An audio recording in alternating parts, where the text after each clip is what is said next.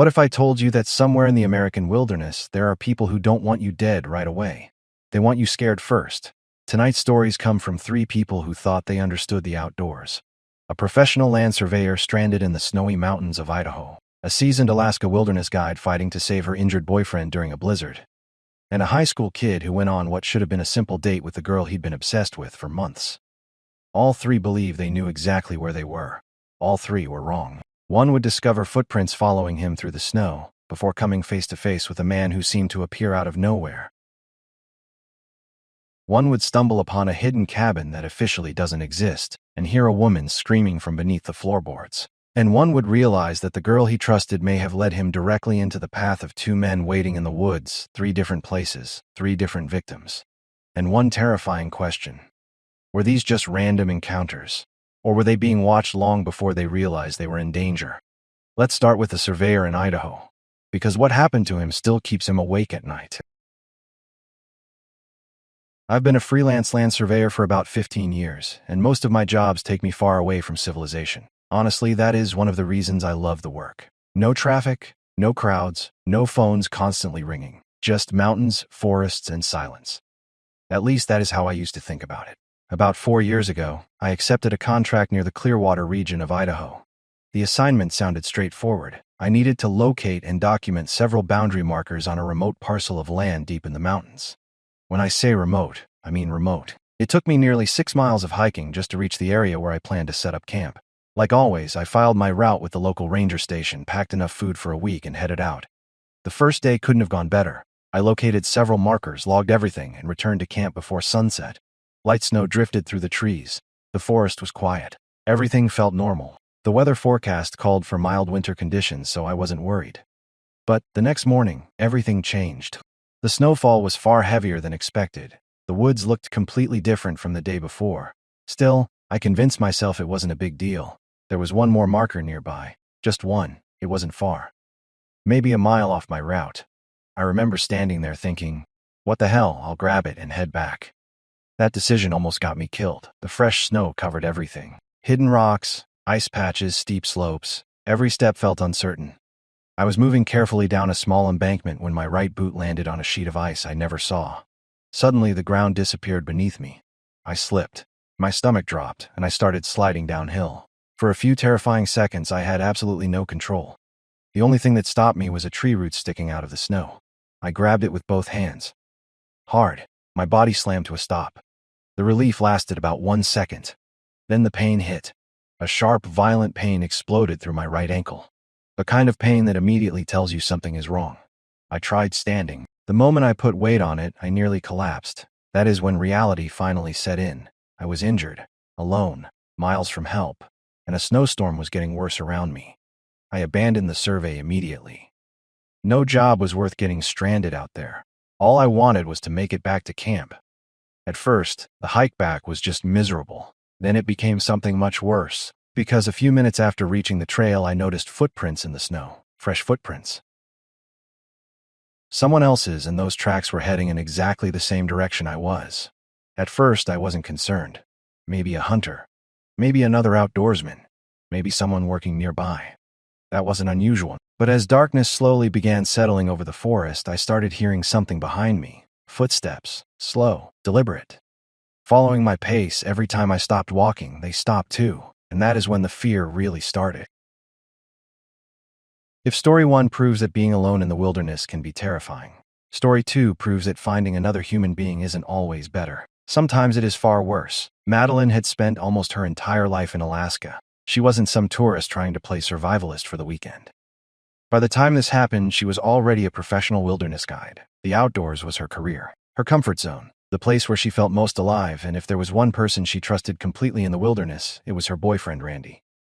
The guy practically lived outside. Between the two of them, they'd spent years navigating remote backcountry trails, surviving brutal winters, and handling situations that would send most people running back to civilization. So when they planned a 4-day snowmobile trip between 2 remote cabins nearly 60 miles apart, neither of them thought twice about it. They'd done the route before. Everything seemed routine. The first day was perfect. They reached the second cabin without problems, cooked dinner, played cards, and settled in for the night. Nothing felt unusual. Nothing felt dangerous. Then the blizzard arrived. Madeline woke up the next morning and immediately knew something was wrong. The wind was screaming outside. Snow hammered the cabin walls. Visibility was terrible. The forecast hadn't predicted any of it. Looking back, she says the smartest decision would have been staying put. They had enough food, enough fuel, enough supplies. They could have waited, but they didn't. Instead, they pushed forward, and within hours everything fell apart. The storm was so intense that Randy rode in front while Madeline followed behind, using his snowmobile tracks as a guide. The visibility was awful. At times she could barely see him. Then suddenly, disaster. 1 second, Randy was moving normally. The next second, his snowmobile flipped. Madeline slammed on the brakes and jumped off her machine. The moment she reached him, she knew how bad it was. His leg was bent at an angle no leg should ever bend. The injury was catastrophic. Even worse, they were stranded in the middle of a blizzard. Miles from help, miles from shelter, miles from anyone. She tried getting him onto her snowmobile. The first attempt failed. The second attempt was worse. Every movement caused Randy unbearable pain. Eventually, he told her to stop, not because he wanted to, because there was no other choice. That is when they both realized the truth. Madeline would have to leave him behind. Even now, years later, she says that was the hardest decision she has ever made. She used a satellite phone and managed to send a distress message, but she wasn't sure anyone actually received it. The signal was weak. The weather was terrible.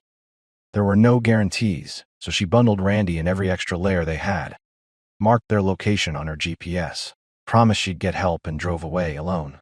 Imagine that for a second. The person you love most in the world is lying injured in a snowstorm. You don't know if help is coming. You don't know if they'll survive. And you are forced to leave them behind. That is the kind of pressure Madeline was carrying. At first, she focused on reaching the nearest cabin, but after about 45 minutes, something felt wrong. The terrain didn't look familiar. Landmarks weren't matching her GPS expectations. The storm distorted everything. She started wondering if she'd somehow gone off course. Then she saw smoke, thin gray smoke rising through the trees. Instant relief washed over her. Smoke meant people. People meant shelter. Shelter meant communication. Communication meant saving Randy. She followed the smoke until she found a cabin. But something felt off immediately. It wasn't one of the registered cabins. It wasn't on any map she'd ever seen. The structure looked old, almost forgotten, half buried beneath snowdrifts. Yet smoke continued pouring from the chimney. Someone was clearly inside, or at least they had been recently. Madeline parked her snowmobile and approached the door. She knocked. No answer. She knocked again. Still nothing. Finally, she tried the handle. Unlocked. The door slowly swung open. The inside was warm, very warm.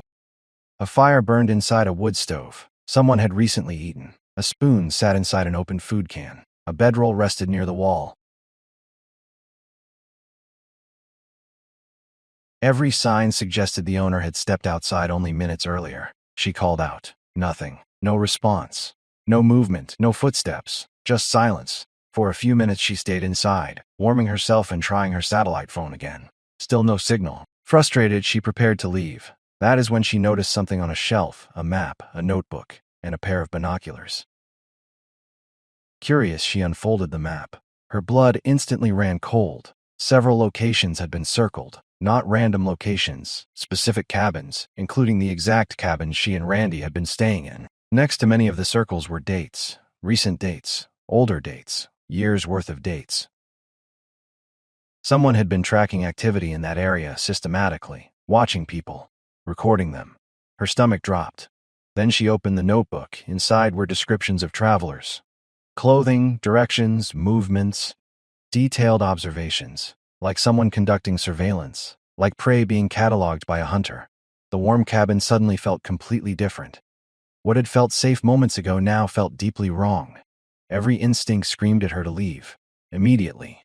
She placed everything back exactly where she found it, turned toward the door. And that is when she heard it. A scream. Not outside. Not nearby. Directly beneath her. Under the floorboards. A woman screaming with absolute terror. The kind of scream that comes from someone experiencing unimaginable pain. The kind of scream you never forget.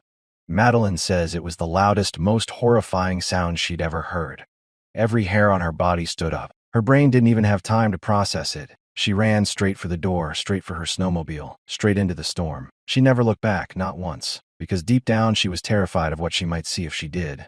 Hours later, she eventually reached a legitimate emergency station and managed to call for help. A rescue helicopter was dispatched. Randy survived, barely, but when authorities later searched for the mysterious cabin, they couldn't find it. No structure, no smoke, no notebook, no screaming woman, nothing. And that is the part that still haunts her. Because if the cabin wasn't there, then where was she? And if the cabin was there, then who was screaming beneath the floorboards? By the time Luke was a junior in high school, there was one girl he couldn't stop thinking about. Her name was Sienna Rollins. She wasn't the most popular girl in school. She wasn't the loudest. She wasn't constantly surrounded by friends. In fact, most people thought she was strange, quiet, distant, almost impossible to read. But that is exactly what fascinated Luke. There was something about her that felt different, mysterious. Like she was always thinking about something nobody else understood. Most people avoided her. Luke couldn't stop watching her. For months, he imagined what it would be like to actually get to know her. And somehow, against all odds, he eventually got his chance. One afternoon, Luke was talking with his friend George about a fantasy story he was writing. During the conversation, he mentioned that one of the characters was named Sienna. Unfortunately, the real Sienna happened to walk by at that exact moment. The timing couldn't have been worse, she smirked. George started laughing. Luke wanted the floor to swallow him whole. Then something unexpected happened. Before she could leave, Luke blurted out the question. He asked her out. For a moment, she just stared at him. That cold, intimidating stare she was famous for. Luke was already preparing for rejection. Instead, she said yes. Just like that, she gave him her number and walked away before he could even process what happened. Luke was shocked, excited. He felt like he'd won the lottery. Looking back now, he wishes she'd said no. A few days later, they met for their first date. Sienna chose everything, the trail, the location, the schedule. Luke didn't care. He would have followed her almost anywhere. The drive took about 45 minutes. They eventually arrived at a remote hiking trail surrounded by dense woods. Only a couple of other vehicles sat in the parking area. Nothing seemed unusual. The hike started surprisingly well. Sienna was talking more than Luke had ever heard her talk before. Not a lot, but enough. For the first time, she seemed approachable, human, normal. She even asked questions about the fantasy story he was writing. Luke couldn't believe how well things were going. Then they reached a fork in the trail. Without hesitation, Sienna pointed left. Luke asked if she'd been there before. She said no. That answer bothered him a little, because she sounded completely certain. Like someone who already knew where she was going. Still, he followed. The trail became narrower. The trees became thicker. The further they walked, the more isolated everything felt. Eventually, the path became so tight that they started walking single file. Sienna gestured for Luke to walk ahead. A few minutes later, something felt wrong. The woods had gone unusually quiet.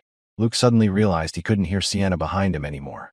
No footsteps, no movement, nothing. He stopped, turned around. She was gone, completely gone. The trail behind him was empty. At first, he thought she was joking. Maybe she stepped off the trail. Maybe she was hiding. Maybe she was trying to scare him. He called her name.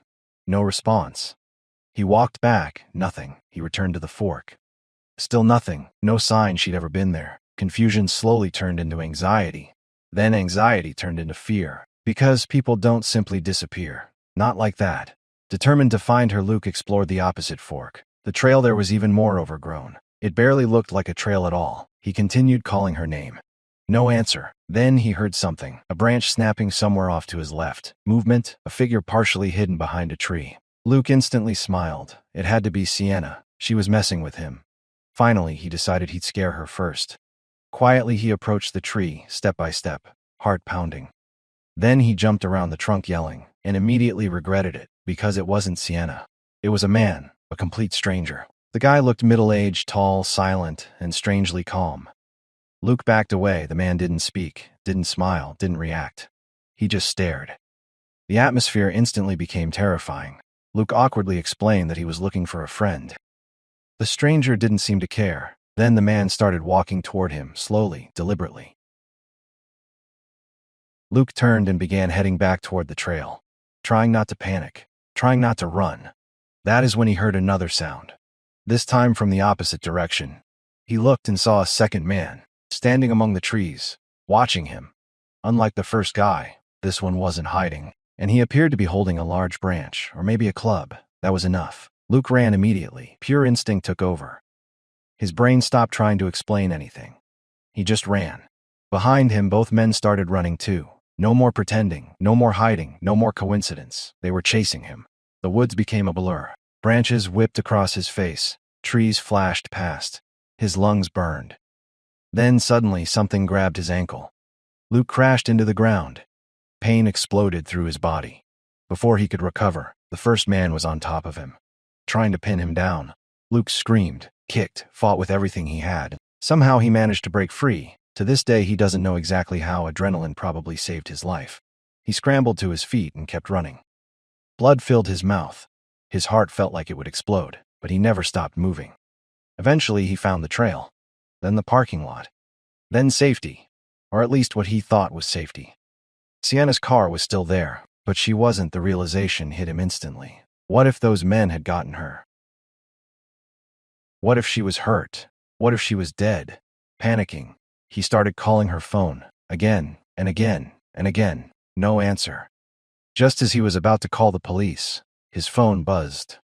A text from Sienna. "Where did you go?" Luke stared at the screen, confused, terrified. Then he looked up, and there she was, walking calmly out of the tree line, completely unharmed, completely relaxed, as if nothing had happened. Luke rushed toward her, desperately trying to explain what he'd just experienced. Two men, a chase, an attack, the possibility that they were still nearby. But Sienna barely reacted. She seemed annoyed more than concerned, which honestly scared Luke even more. Then he asked the question, where had she been? Her answer didn't make sense. She claimed she'd lost track of him and spent the entire time trying to catch up. But Luke knew that wasn't true. He'd gone back to the fork. He'd searched the trails. There was no way he could have missed her, not unless she wanted to stay hidden. The drive home was painfully silent. Luke couldn't stop replaying everything. The trail she chose, the direction she picked, the moment she disappeared, the two men appearing almost immediately afterward. Then her sudden return. None of it felt random. None of it felt accidental. It felt planned, like pieces of a puzzle that almost fit together. Almost years have passed since that day. Luke never saw Sienna again, never went on another date with her, never got an explanation. And that is what bothers him most. Because there are only two possibilities. Either everything was a bizarre coincidence, or Sienna knew exactly what was waiting for him in those woods. And if that is true, then the most dangerous person on that trail was never the men chasing him. It was the girl who led him there.